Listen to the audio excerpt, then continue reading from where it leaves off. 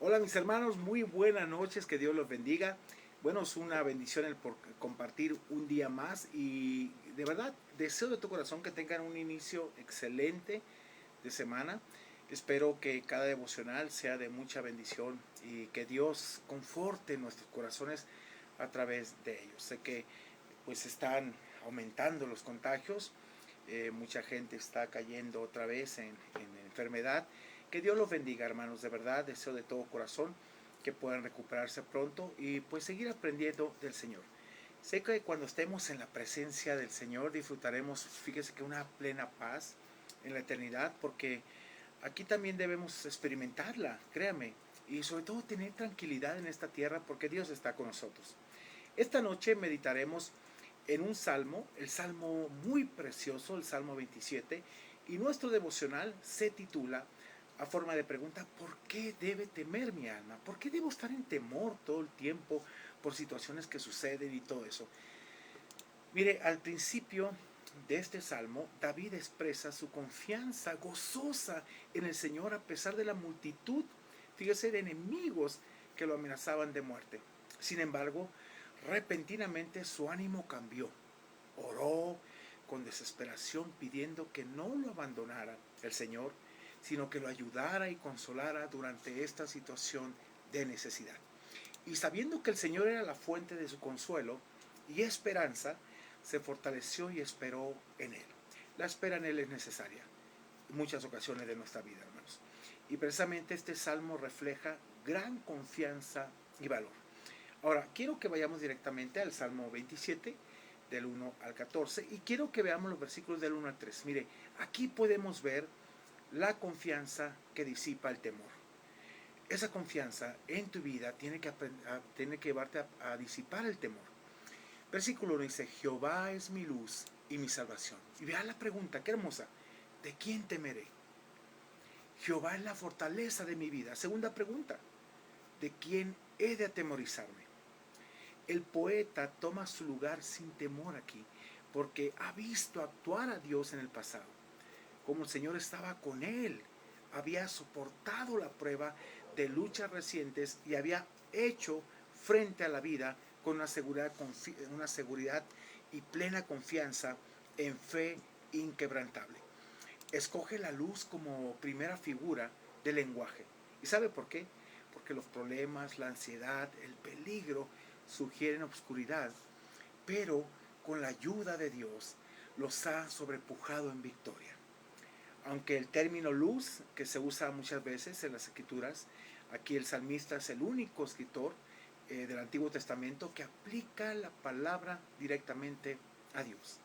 La palabra salvación denota, en primer lugar, liberación y mostraba la resolución del salmista de conservar ardiendo el fuego del valor y la confianza frente a los enemigos acampados en su derredor y las guerras que se suscitaban.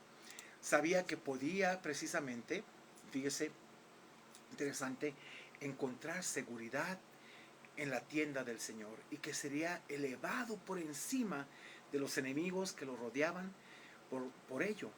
Y precisamente él siempre rechazaba el temor. Expresa confianza y valor porque sabe que Dios está de su parte y puede protegerlo de cualquier peligro. Versículo 2. Dice, cuando se juntaron contra mí los malignos, mis angustiadores y mis enemigos, para comer mis carnes, dice, ellos tropezaron y cayeron. Así lo veía David. En el versículo 2 la palabra malignos puede referirse a los ejércitos de Saúl. Esto estaría de acuerdo con el título que le da la Septuaginta, precisamente, un salmo de David antes de su unción, de ser rey de Israel. Y la mayoría de los eruditos están de acuerdo que esa fue la ceremonia oficial en que David se convirtió en rey ahí en Hebrón. La forma de las palabras, hermanos, tropezaron y cayeron, del versículo 2, indica una acción completa, en la cual Dios aniquiló a sus enemigos. Y posiblemente el salmista relata algo que ya había acontecido y que nutría su confianza presente, o las palabras indicaban seguridad que tendría efecto en el futuro. Versículo 3. Mira hasta dónde llega la confianza de David. Dice, aunque un ejército acampe contra mí, no temerá mi corazón. Aunque contra mí se levante guerra, yo estaré confiado. ¿Qué palabras de convicción tiene este hombre plenas? Y eso es importante. La confianza que el poeta muestra aquí en el versículo 3 descansa en el hecho, en los hechos anteriores del Señor y en su compromiso presente con Él. Las palabras ejércitos y acampe vienen de la misma raíz.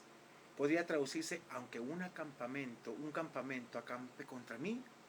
El término aquí, guerra, venía de una palabra que significaba comer o consumir. Y la frase yo estaré, literalmente era en esto estaré. Se refería principalmente, fíjese, a la experiencia anterior del salmista con Dios, pero también podía apuntar hacia adelante en el versículo 4. Vamos a ver de los versículos del 4 al 6, podemos observar aquí la comunión que da seguridad. Es importante que aprendamos a nosotros a tener esa comunión con Dios. Eso nos va a dar seguridad plena en nuestra vida, hermanos. Mucha gente hoy en día no ora y verá cómo me he dado cuenta que hay iglesias que no oran, como las hay, ¿no? Pero la mayoría de las iglesias no ora. Busca a Dios en una forma muy superficial. Parece ser que cuando hablas de la oración, que hablas de cosas que tenemos que hacer para Dios, como que la gente dice, no, es que hábleme, pastor, del Dios que yo quiero escuchar, el que me bendice, el que me da, sí, pero ¿y tú qué estás haciendo por Él? ¿Qué estás haciendo por Él? Esa es la parte que a veces inquieta. ¿Cómo quieres pasar una eternidad con un Dios amoroso y poderoso si no pasas un momento con Él aquí en la tierra? ¿Cómo?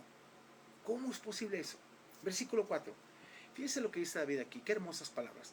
Una cosa demandado a Jehová, esto buscaré con insistencia, fíjese, que esté yo en la casa de Jehová todos los días de mi vida. Y dice aquí el propósito, para contemplar la hermosura de Jehová y para inquirir, indagar, escudriñar en su templo. Hoy en día, créame que es triste, pero a veces yo lo veo con pastor, parece que le está rogando a la gente que venga a adorar a su Dios. No sé qué ha pasado en el corazón de la gente que se ha cauterizado, pero sí lo entiendo porque estamos viviendo los últimos tiempos. Y sabe una cosa, es necesario que los verdaderos adoradores se levanten. Los que no quieren adorar, que Dios les bendiga. No tenemos que andar rogando. Nuestro trabajo es pastorear, no andar rogando. Nuestro trabajo es servir al Señor, no andar empujando. Y hermanos, simplemente tenemos la vida en Cristo. Y tanto dice que Dios produce tanto el querer como el hacer por su buena voluntad. No entiendo la verdad, obviamente el corazón de la gente, pero Dios lo conoce, ¿no? Mire, y aquí como el salmista se sentía seguro de que Dios lo libraría de sus enemigos, afirmó su deseo de tener compañerismo personal con Dios. Las palabras demandado y esté se encuentran una junto a la otra para expresar el anhelo ardiente que había principiado en el pasado y que se extendía en el presente y alcanzaría el futuro. Versículo 5, por favor, dice, porque Él me esconderá en su tabernáculo en el día del mal, me ocultará en lo reservado de su morada, sobre una roca me pondrá en alto. En el versículo 5, los términos esconderá y ocultará expresan la confianza del salmista en que Dios lo protegería de los peligros que lo amenazaban.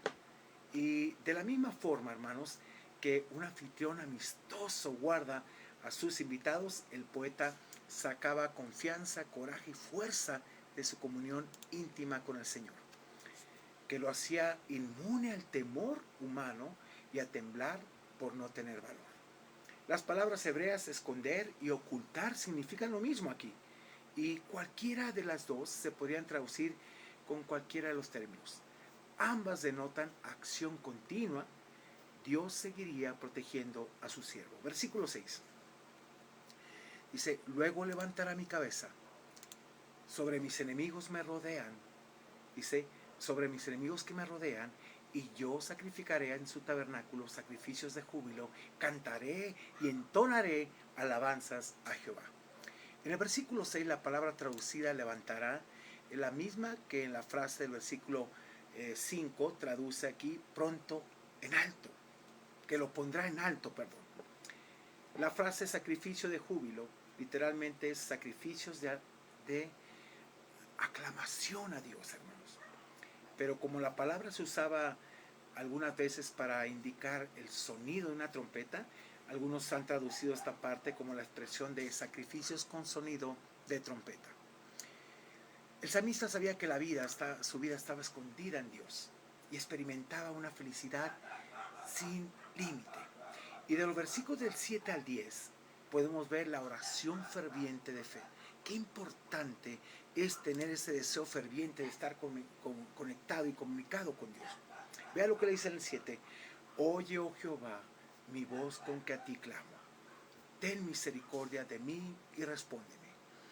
Empezando con el versículo 7, el salmista cambia abruptamente el tono, fíjese. Escribe como si sintiera que Dios lo había rechazado. La palabra voz del versículo 7 puede indicar que el poeta se encontraba en tal aflicción que oraba en voz audible. Y la palabra que se traduce misericordia da la idea de compasión y sugiere que quizá el salmista se sentía culpable y vacilaba en tratar a sus enemigos con apresuramiento. Sentía que debía hacer su autocrítica y rendirse a la gracia de Dios. Versículo 8, por favor. Mi corazón ha dicho de ti, buscad mi rostro. Tu rostro buscaré, oh Jehová. Aquí los traductores tienen dificultad, fíjese con el versículo 8, y por ello hay grandes diferencias. Por ejemplo, el hebreo literal dice, a ti ha dicho mi corazón, busca mi rostro, tu rostro, Señor, buscaré. No se puede ser dogmático en esta parte, hermanos, pero al traducir el texto, porque a menudo, precisamente, los poetas se toman grandes licencias. Y la verdad es que el salmista estaba decidido a consultar al Señor y estaba arrepentido del pecado que lo separaba del compañerismo pleno con su Dios. Versículo 9. No escondas tu rostro de mí. Podemos llegar a sentirnos como Él, que a veces como que Dios nos escucha, pero la verdad sí nos escucha. Es una cosa es nuestro sentimiento y otra cosa es lo que dice la Biblia. David se sentía así. No escondas tu rostro de mí. No apartes con ira a tu siervo. Mi ayuda ha sido. Dice, no me dejes ni me desampares, Dios de mi salvación. Sabe que Dios actúa. Él sabía que Dios actúa con integridad y que nunca enviaría a nadie en una búsqueda que terminará en desengaño. La frase mi ayuda ha sido indica que Dios había mostrado su misericordia en todo tiempo en la vida del salmista y ruega no haber hecho nada que le haga perder la posibilidad del perdón. Y se siente cautivo en un lazo, una trampa, fíjese, al darse cuenta de la presión que hace sobre él en su propia conciencia. Pero tiene confianza en que Dios es compasivo. Versículo 10. Y aquí menciona, aunque mi padre y mi madre me dejaran, con todo Jehová me recogerá. En el versículo 10, la palabra aunque probablemente debería traducirse sí, porque no hay evidencia de que los padres de David lo abandonaron, que abandonaron al poeta, no. Pero, sin embargo, David sí dejó a su padre y a su madre con el rey de Moab por razón de seguridad, cuando él estaba en persecución. Y a este acontecimiento era lo que se refería. Y por último, versículos, hermanos, del 11 al 14, por favor. Aquí vamos a ver una apelación final de lo que él pide a Dios. Le dice en el versículo 11, enséñame, oh Jehová, tu camino y guíame por senda de rectitud a causa de mis enemigos. Al acercarse el poeta al término de su canto, se hace más específico, como había decidido firmemente poner en orden su relación con Dios, logra libertad interior y audacia exterior.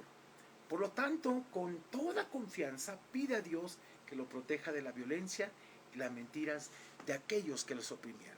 Versículo 12. No me entregues a la voluntad de mis enemigos, porque se han levantado contra mí testigos falsos y los que respiran crueldad. En el versículo 2, hermanos, la palabra voluntad significa literalmente alma, espíritu, deseo. Y los testigos falsos eran más bien calumniadores que hacían cargos falsos en su contra entre la gente. Y precisamente no los que testificaban en la corte. Y la expresión respiran crueldad significa que al meditar constantemente en un trato cruel hacia el salmista, los testigos falsos lo hacían con tanta intensidad que jadeaban hacia él. Lo odiaban plenamente. Y versículo 13, por favor, dice, hubiera yo desmayado. Vea qué hermoso, y en cierta forma está concluyendo, pero dice David, hubiera yo desmayado si no creyere que veré la bondad de Dios. Hermanos, muchos de nosotros podemos desmayar cuando no creemos verdades bíblicas, cuando no le creemos a Dios. Pero David estaba convencido, por eso dice, hubiera yo desmayado, me hubiera venido abajo, me hubiera afligido, si no creyere que veré la bondad de Jehová en la tierra de los vivientes. Yo te puedo hablar de experiencias que he pasado, en las cuales si no fuera por su palabra, si no fuera por su misericordia, estuviera caído. Pero gracias a Dios que creo en sus promesas, en lo que Él dice, y nos ha mantenido en pie.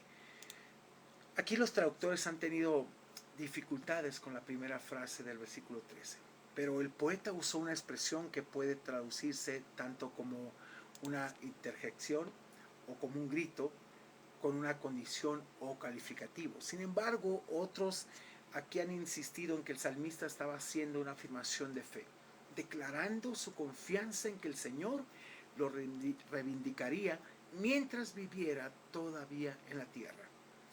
Hermanos, los enemigos asaltaban al poeta, y el que se encontraba perplejo por su oposición era él, pero sabía que Dios lo sostendría y lo libraría de quienes buscaban destruirlo. Y por último el versículo 14. Mire qué interesante. Aquí nos habla de 4 acciones que tenemos que hacer. Primera, David llega a esta conclusión, dice, aguarda a Jehová. Fíjese, tenemos que esperar el tiempo de Dios, aguardar que Él actúe. 2, esfuérzate. Tenemos que esforzarnos en cualquier momento de nuestra vida.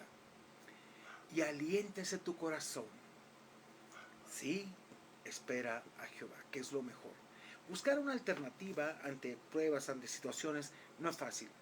Esperar en Dios es lo mejor, porque Él tiene lo excelente para ti cada día. Así que, hermanos, debemos de confiar. Aunque su cielo continuaba oscuro, el poeta termina su canto con una nota valerosa. En el versículo 14 se confronta a sí mismo. Luego, con todo valor, empieza a confiar en Dios. Fíjese, primero empezó con la lucha, empieza con la fe y termina prácticamente en esa confianza.